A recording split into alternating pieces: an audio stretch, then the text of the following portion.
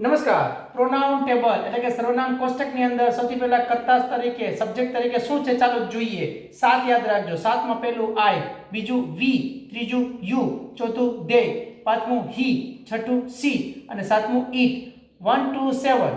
આઈ એટલે હું, વી એટલે અમે, યુ એટલે તું અથવા તમે, દે એટલે તેઓ, હી એટલે તે છોકરાઓ માટે, સી એટલે તેણી છોકરીઓ માટે, ઈટ એટલે તે વસ્તુ કે પ્રાણી માટે.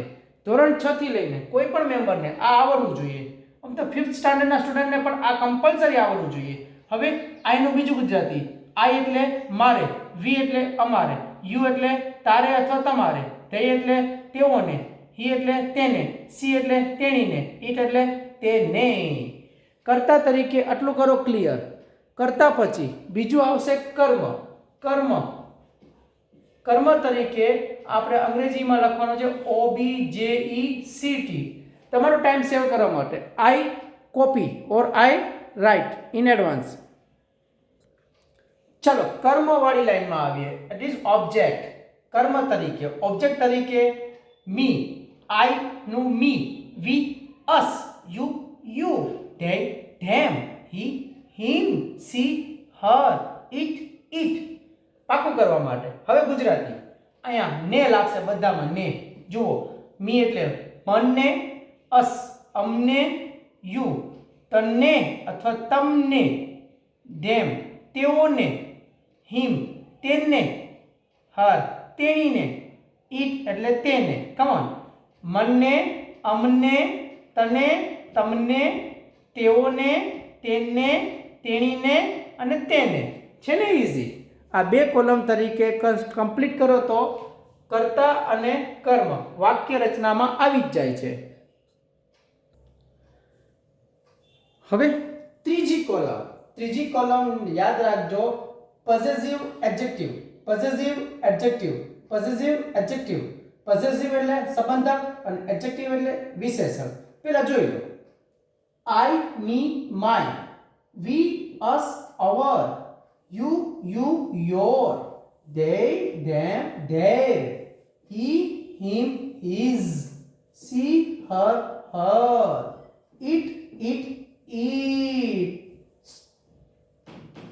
it its.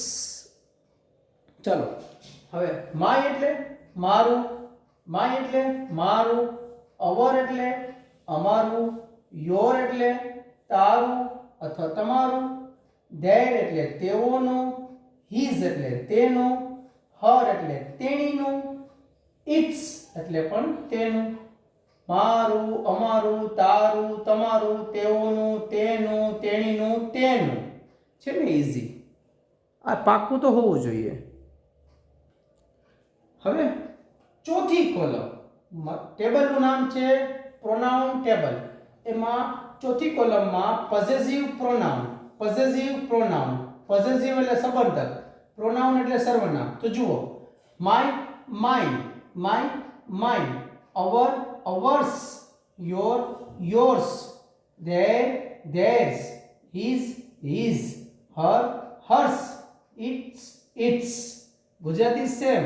માઇન એટલે મારું, અવર્સ અમારું, યોર્સ તારું તમારું, ધેર્સ તેઓનું, હિઝ તેનું, હર્સ હર્સ તેણીનું, ઇટ્સ તેનું.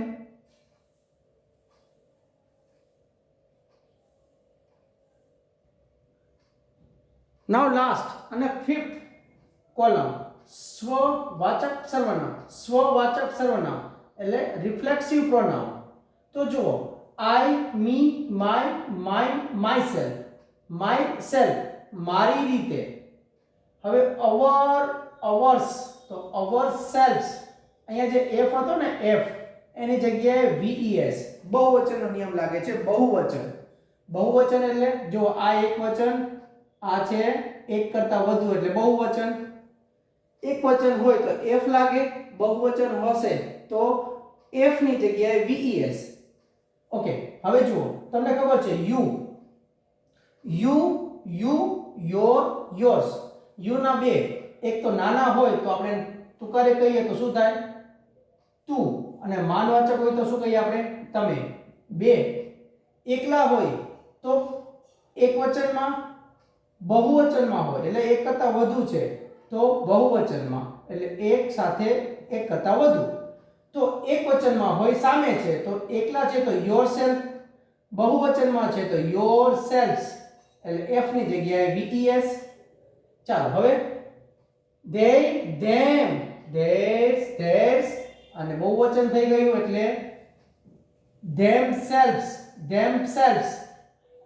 પછી he, him, his, his, himself, she, her, hers, herself, it, its, itself.